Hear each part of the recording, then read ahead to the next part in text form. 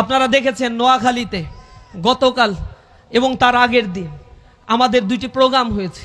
একটা প্রোগ্রাম ছিল যুবকদের নিয়ে, যারা 40 দিন তাকবীরে উলার সাথে জামাতে ছাত্র যুবকরা নামাজ পড়েছে, তাদেরকে নিয়ে ইসলামী ছাত্র শিবির প্রোগ্রামের আয়োজন করেছে তাদেরকে রিওয়ার্ড দেওয়ার জন্য। তাদের এটা মনে ধরে নাই, তারা সেখানে আক্রমণ করেছে। আমাদের ভাইরা আহত হয়েছে, আমরা প্রতিবাদ করি নাই, তাদের গায়ে হাত দেই নাই, আমরা সহনশীলতায় বিশ্বাসী। সন্ত্রাসী কর্মকাণ্ডের মাধ্যমে মানুষের মন জয় করা যায় না। পরের দিন আমরা আবার দারসুল কোরআনের আয়োজন করেছিলাম। সেই মসজিদে যুবদল, বিএমপি এবং ছাত্রদল যৌথভাবে সেখানে আক্রমণ করে আমাদের কয়েকশো ভাইকে সেখানে আহত করেছে। তারা কোরআনের আন্দোলন আমরা করি, কোরআন শিক্ষার কাজ মসজিদের জন্য, কোন রাজনৈতিক দেউলিয়াত্মপনা সংগঠনের জন্য মসজিদ নয়। এই মসজিদগুলোতে যখন এর আগে আমরা দারসুল কোরআনের আয়োজন করতাম, যুব শ্রেণীকে কোরআন শিখাতাম, তখন ওই ফ্যাসিবাদদেরকে দেখতাম পুলিশ নিয়ে এসে আমাদেরকে গ্রেফতার করতে। মসজিদ থেকে আমাদেরকে গ্রেফতার করার পরে সন্ত্রাস বিরোধী আইনে আমাদেরকে মামলা দেয়া হতো। আমাদেরকে বলা হতো আমরা নাকি দেশদ্রোহী, আমরা নাকি সন্ত্রাস, কারণ আমরা কোরআনের কথা বলি। আর আরেক সন্ত্রাসী গোষ্ঠী এখন আবার কোরআনের বিরুদ্ধে নব্য ফ্যাসিবাদের প্রতিধ্বনি হয়ে তাদের জন্ম বাংলাদেশে হচ্ছে, আমরা দেখতে পাচ্ছি। জনগণ যাদেরকে বিতাড়িত করেছে তা থেকেও তারা শিক্ষা নেয়নি। এই শিক্ষা না নেওয়ার পিছনে তাদের মূল কারণ আমরা যা মনে করি, তাদের দলের মধ্যে ইউনিয়ন পর্যায় পর্যন্ত আওয়ামী ফ্যাসিবাদের পুনর্বাসনের সকল প্রচেষ্টা তারা করেছে।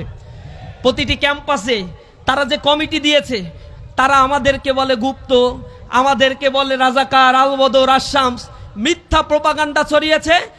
আমরা তাদের প্রোপাগান্ডার জবাব না দিয়ে আমাদের কোরআনের বাণীগুলো ছাত্রদের কাছে কাছে আমরা গিয়ে গিয়ে পৌঁছে দেওয়ার জন্য চেষ্টা করেছি। আপনারা দেখেছেন বিশ্ববিদ্যালয়গুলোতে আজকে নির্বাচন হয়েছে, প্রতিটা বিশ্ববিদ্যালয়ে ছাত্ররা ইসলামী ছাত্র শিবিরের উপর তারা আস্থা রেখেছে। এবং প্রথম ইলেকশন, তারপরের দ্বিতীয় ইলেকশন হয়েছে জাহাঙ্গীরনগরে, তৃতীয় চট্টগ্রাম বিশ্ববিদ্যালয়, চতুর্থ রাজশাহী বিশ্ববিদ্যালয়। একটা বিশ্ববিদ্যালয়ের পরে আর একটা বিশ্ববিদ্যালয় ইলেকশন হলে পূর্বের চাইতে আরো ভালো ফলাফল ইসলামী ছাত্র শিবির পরের বিশ্ববিদ্যালয় করেছে। রাজশাহী বিশ্ববিদ্যালয়ে 17টা হল আছে, 17টা হলের মধ্যে ছেলেদের 11টা হল, 11টা হলেই বিপি, জিএস, এজিএস সহ নিরঙ্কুশভাবে ইসলামী ছাত্র শিবিরের প্যানেল বিজয় অর্জন করেছে।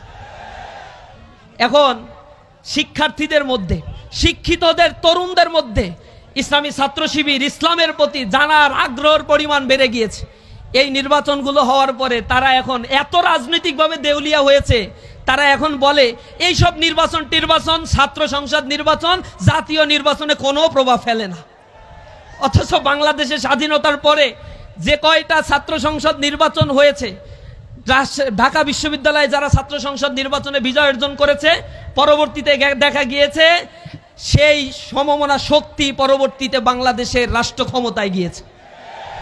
বাংলাদেশের মানুষ এখন আর বোকা না, তাদেরকে আর ভুল বুঝিয়ে ঘুম পাড়ানি মাসি পিসির গল্প শুনিয়ে এরপরে রাষ্ট্র ক্ষমতা দখল করে আর উন্মুক্ত লুটপাট, হত্যাযজ্ঞ, খুন খারাপির রাজত্ব বাংলাদেশে আর চলবে না।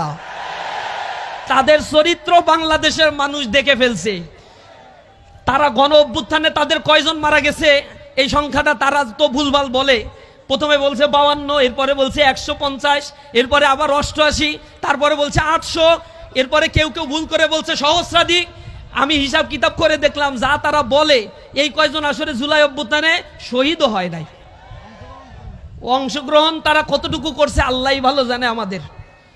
এখন তারা যে লিস্ট প্রকাশ করেছে, পরে তাদের লিস্ট কিন্তু আবার সেখান থেকে রিমুভ করতে হয়েছে, কারণ লিস্ট প্রকাশের মধ্যে দেখছে ওর ভিতরে ছাত্র শিবিরেরও কয়জন ঢুকে গেছে। এখন যখন প্রতিক্রিয়া, তখন এটা ডিলিট করে দিছে। এখন সংখ্যা বলে, লিস্ট আর প্রকাশ করে না। লিস্ট প্রকাশ করবে কোথা থেকে?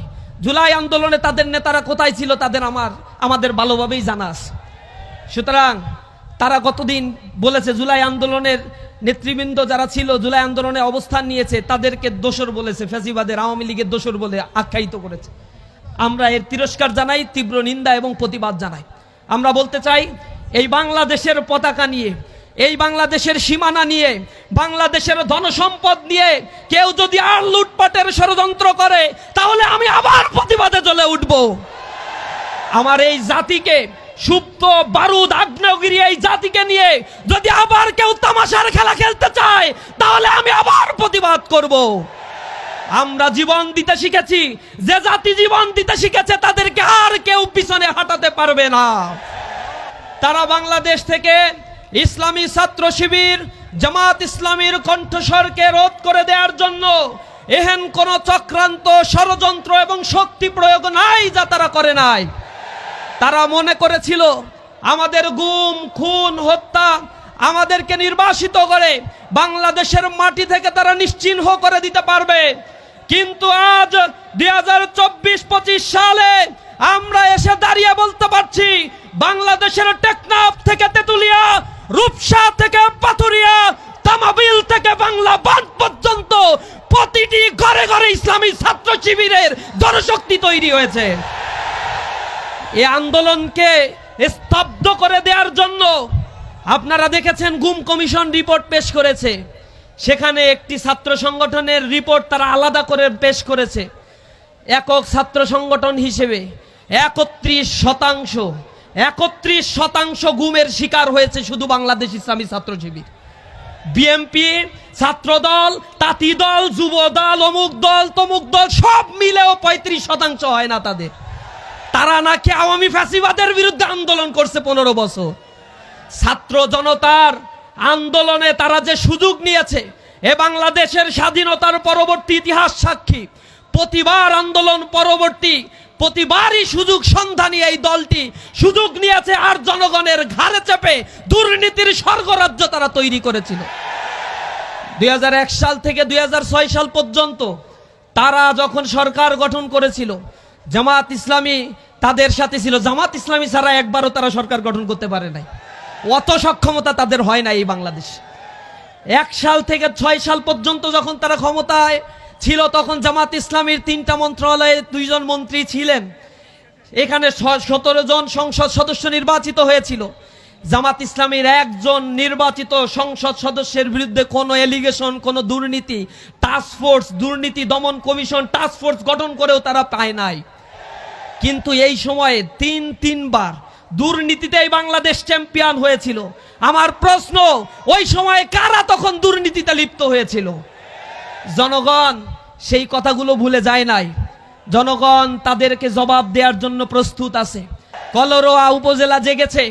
এই জমিন আমাদের রক্তে কেনা, এখানে আমাদের শহীদদের রক্ত ঝরেছে, এখানে বুলডোজার দিয়ে আমাদের ঘর বাড়ি ভেঙে দেওয়া হয়েছে, এখানে আমাদের ঘর বাড়ি থেকে উচ্ছেদ করা হয়েছে, কিন্তু আমরা দমিত হই নাই, আমরা দমিত হওয়ার পাত্র নই।